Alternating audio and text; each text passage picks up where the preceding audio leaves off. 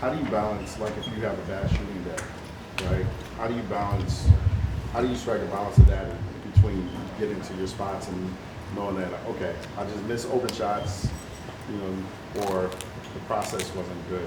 How do you reconcile that, kind of mentally? Not getting to your spots or just missing shots. So, all right, so Joel goes 4 for 21. Yeah. Right?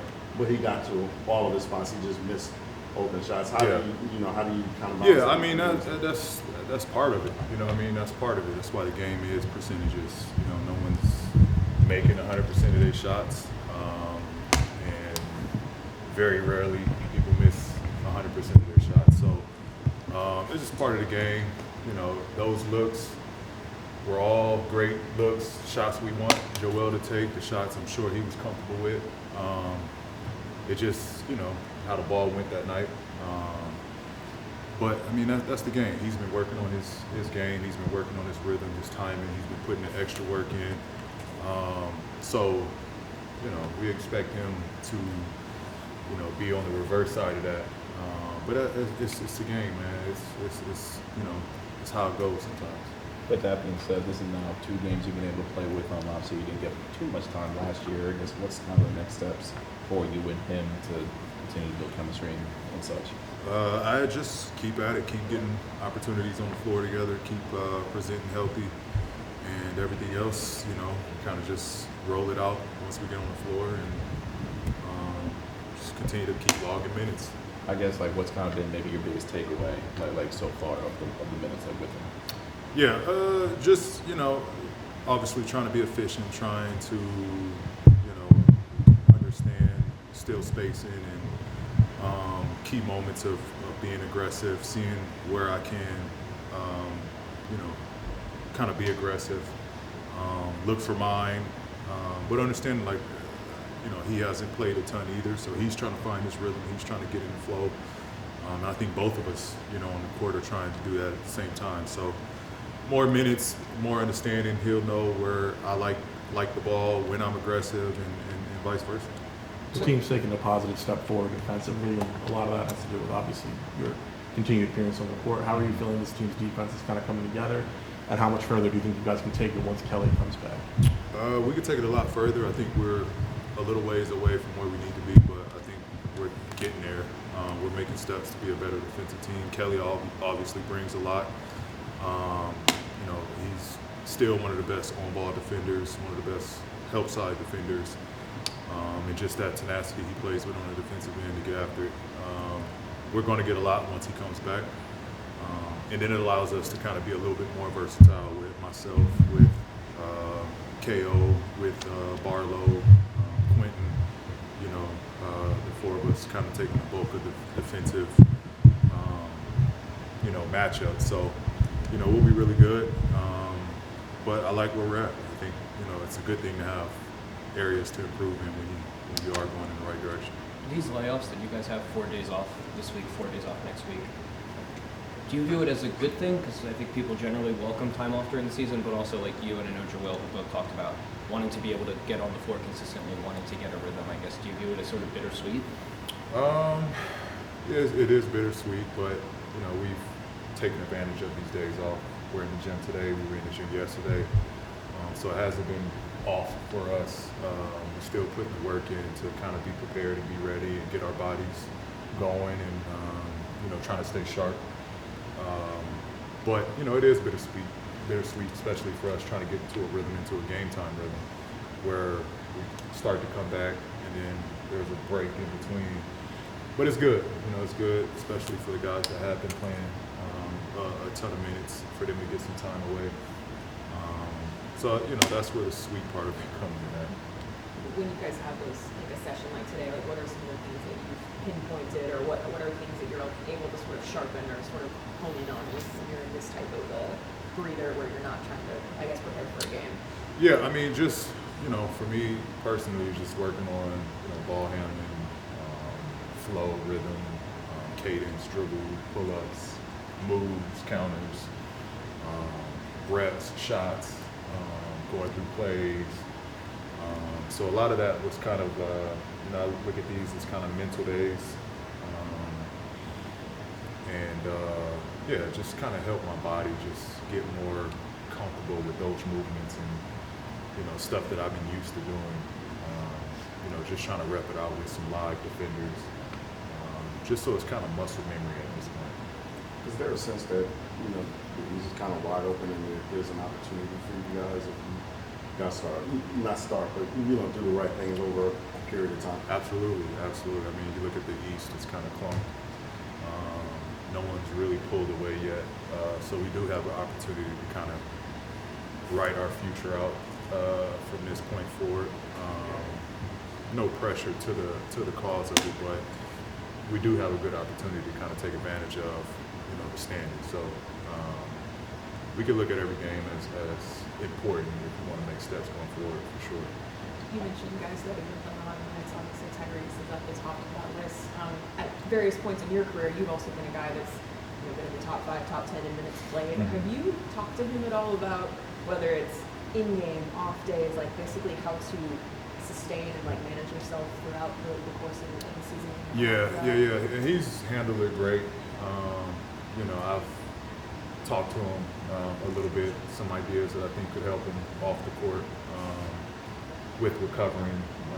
So we've talked, away from here on some things going forward. But he's handled it great. He comes in, he gets his work, he takes care of his body. He does his recovery stuff, and then just mentally, he's just in a great place. So him, you don't really have to worry about. He's going to do, what he has to do. I call him a warrior, man. He's a warrior, so he's going to figure it out. He knows what to do. I know when you came here, you probably were well aware of what he was capable of as a player, but I guess, what did you know about him off the court, whether it's stuff like that or his leadership in the locker room, and what do you feel like you've learned about him since then? Yeah, I didn't know much about him other than he was a good rising player. I knew the talent, the skill set, but I didn't, obviously when we played him, James was here, and James and Joel was the focal point. He was kind of third option. And so I didn't know much about him, but being here last year obviously was blown away with how good he was, how mature he was, how, instinctively a leader he was. And then to watch him grow over this year, just how much better he's gotten. It's kind of like the sky's the limit. I know the crowd, the fans, Philly chant the MVP. And I don't think he gets enough credit to be in that conversation this year.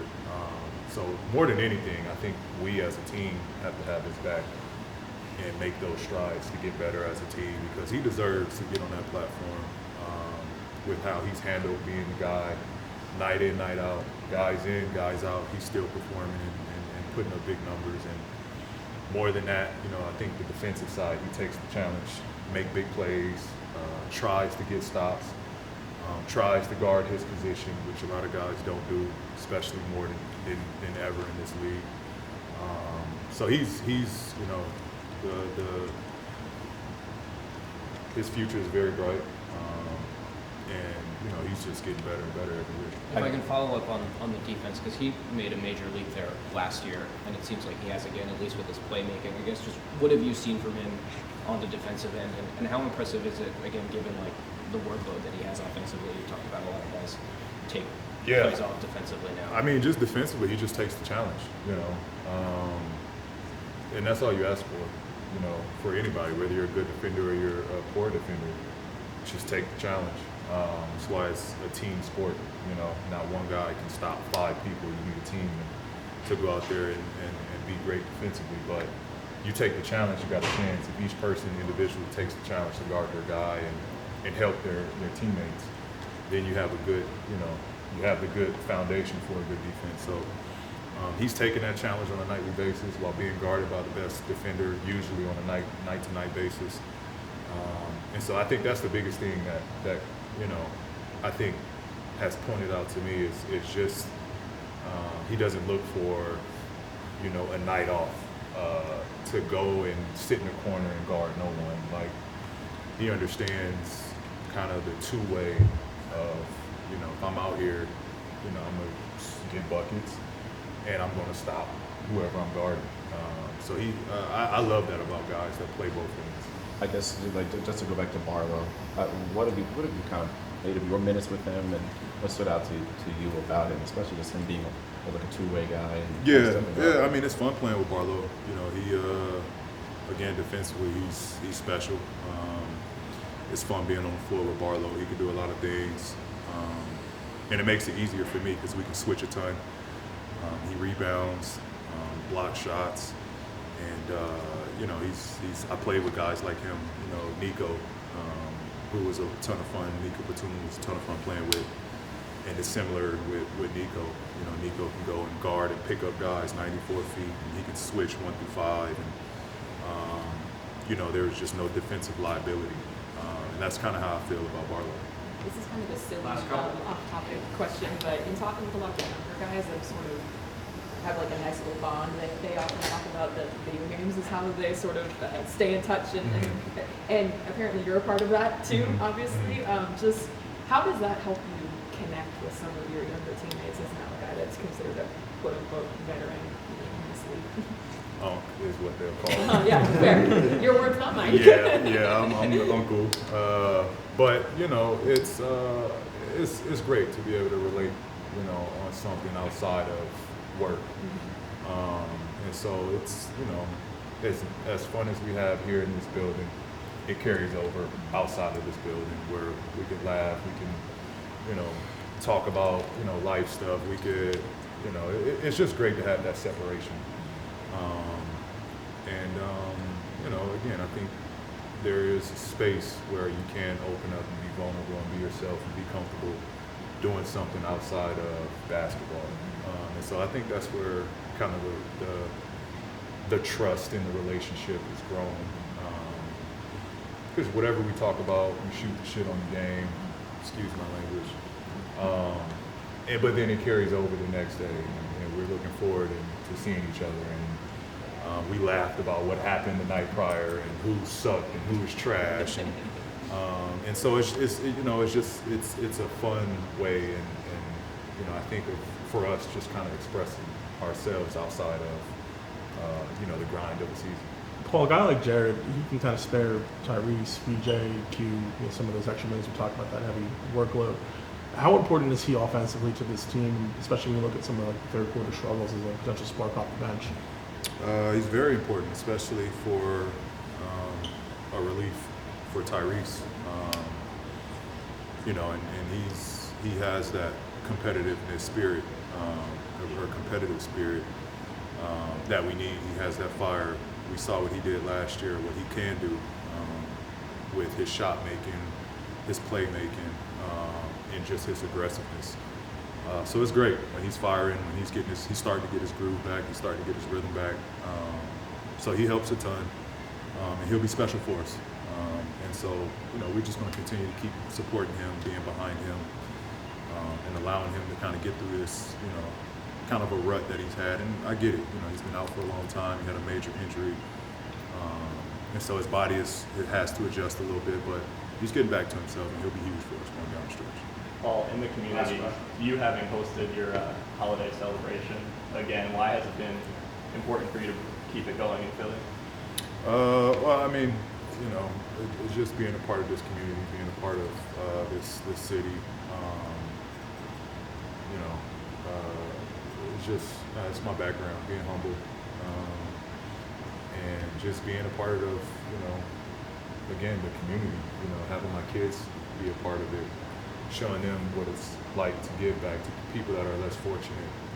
So it's just kind of being grounded, while also teaching, you know, my kids of what it means to be in the position that they're in, and, you know, what good comes from their presence, and you know, their hearts opening up. And but you know, it's special for me. You know, it's special for me. You know, I grew up with my parents being, you know, very religious people, and my mom will always tell me, you know, God is using you, God is blessing you, and that's how I always look at things. Like, you know, if I got a chance to make someone's day, or make someone, you know, happy, or put a smile on a family, or interact with a kid, costs me nothing, but it's it's priceless and it means a lot for them. So community work is just important to me. So continue to do it. Thanks, Paul. Appreciate it. Thank you. Enjoy.